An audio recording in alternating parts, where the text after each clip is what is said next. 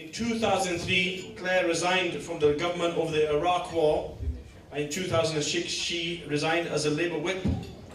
In November 2005, Shaw took a book that she wrote, An Honourable Deception, New Labour, Iraq and the Misuse of Power, was awarded Political Book of the Year by Channel 4.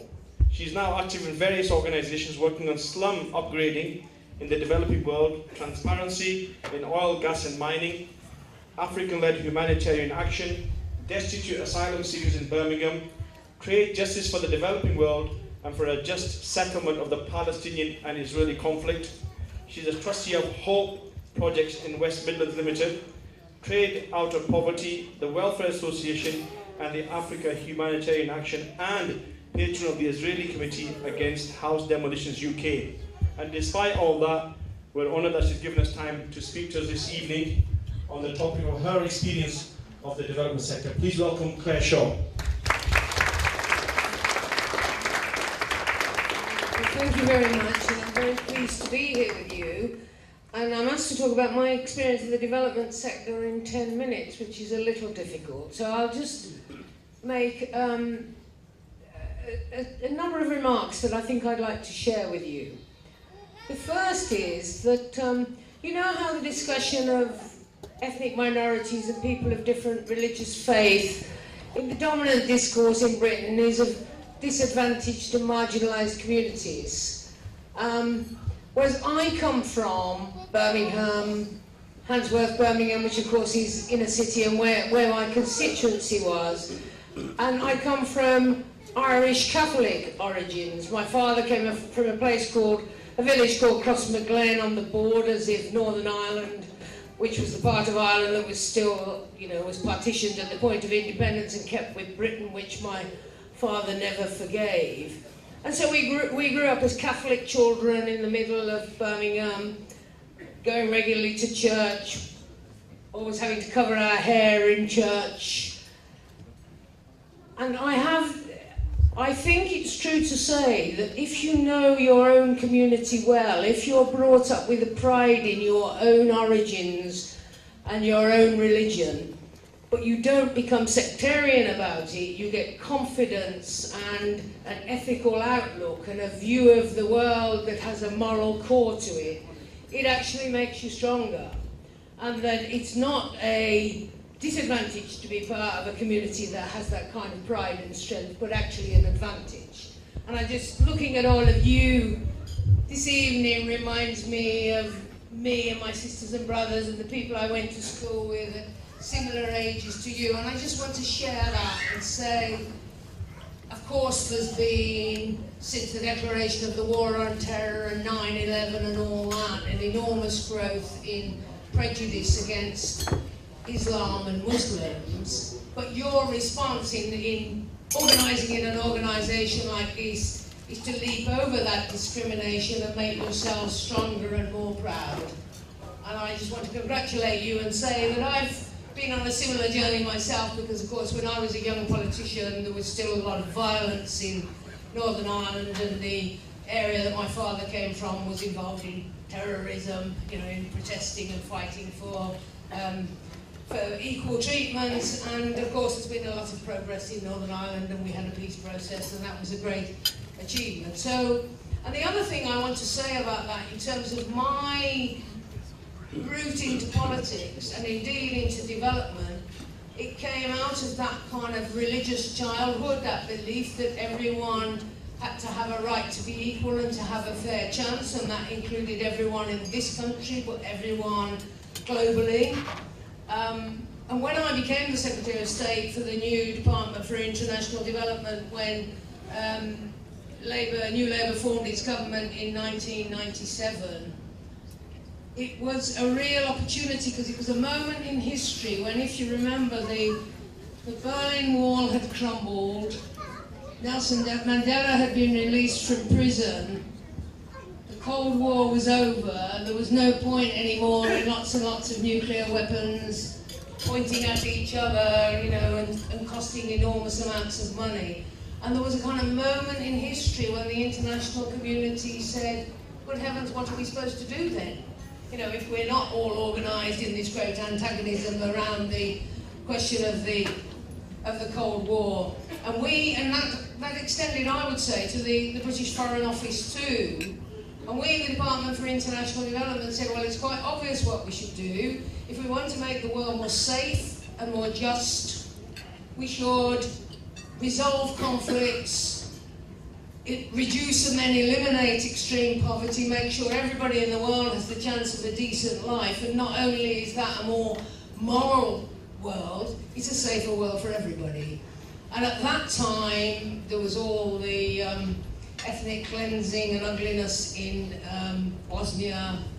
The genocide in Rwanda had recently taken place when both sides in the Cold War kind of retreated from Africa because they no longer needed to line up alongside every conflict in the world as they had in the Cold War years. A lot of conflict broke out in some of those parts of the world where the Cold War had kind of lined up, so there was enormous civil war in Angola, the Democratic Republic of Congo, Sudan, Sierra Leone, Liberia, and so on.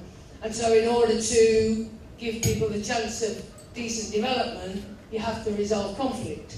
And often conflict breaks out because people have nothing, and in the sector I'm working in now, particularly where there are rich mineral resources, diamonds in Sierra Leone, diamonds in Angola and so on, you get a breakdown of government, and then both sides go in a civil war that are kind of fueled by access to those kind of resources that goes on and on. And we, at that time, when the whole of the sort of international foreign policy system didn't really know what to do, we in the Department of International Development charged ahead and said, in answer to that question, how shall we mark the new millennium? You remember the year 2000 and those celebrations across the world, starting off in the Pacific and uniting the whole world in that marking of the new millennium? We said, well, there are these poverty reduction targets that came out of all the big UN conferences on environment in Rio, on Beijing, on women in Jomtien, on education, which had summarized what was the best of the achievements in development in the previous period and what more could be done if we learned from the best. And then the Development Committee of the OECD, which is the organization of the wealthy countries that meets in Paris, came together and said, why don't we organise all our efforts behind pushing these targets forward. So we in the UK really proposed to Kofi Annan that the Millennium Development Goals, that we should mark the millennium by setting some goals for the world to systematically work together to reduce poverty, to halve the proportion of people living in extreme poverty, to get all children in the world into primary education, to improve access to clean water and housing and so on. Others agreed, but we were the one of the leading players in suggesting that that should be the way the world marked the new millennium. And there was a meeting of the UN attended by more prime ministers and presidents than had ever attended a General Assembly meeting, when they adopted the Millennium Declaration as the shared objective of the world to mark the new millennium. And we played a big part in that. And this I just want to put in front of you. Here am I, a little girl from Handsworth in Birmingham, from a sort of discriminated against minority, if you like, from a family who struggled but had some pride in our history and so on.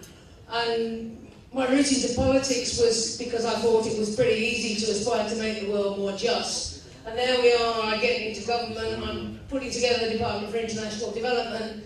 In this moment in history there was a chance, and we helped to get the world mobilised in that way. And although the world is in a fair old mess in many aspects, in the Palestinian occupied territories in Gaza, where I was not so long ago, but I think there's more hope in Gaza now. We've had the Arab Spring and the changes that are taking place in Egypt, and indeed in Afghanistan, and that's effect on Pakistan and so on. So I'm not trying to pretend for a moment that the world is well, but you know, the objective of halving the proportion of people in extreme poverty in the world by 2015 has been reached already.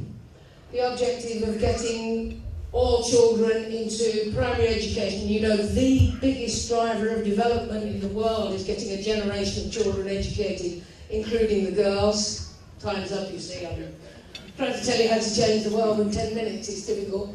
And there has been enormous progress. And that's what I want to say to you, each and every one of you and in your organisation, that if you believe in a moral life, where you can have a satisfying and proud life for yourself, standing up for who you are and what you stand for and the best of your religion and the best of your culture, you can also take a place in your society and influence the shape of the future world. And for you, the younger ones here as a generation, the crisis of climate change and the shortages of natural resources is really going to be a potentially catastrophic crisis for the whole world. And either there's going to be terrible wars over oil and water and food as things get shorter and population grows, or we're going to use the new technologies, the knowledge we have, our ability to move capital across the world to create a better world order where everyone has the minimum, where we're less greedy and we live more sustainably.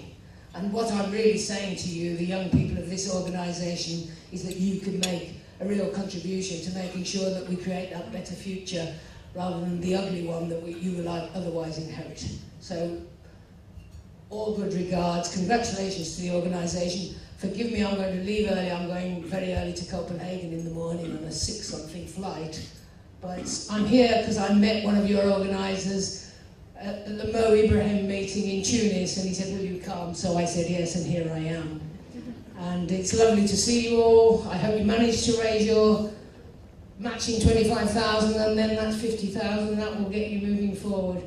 And my final, I end as I began. I think you all understand me because I see the sort of glittering pride across this room.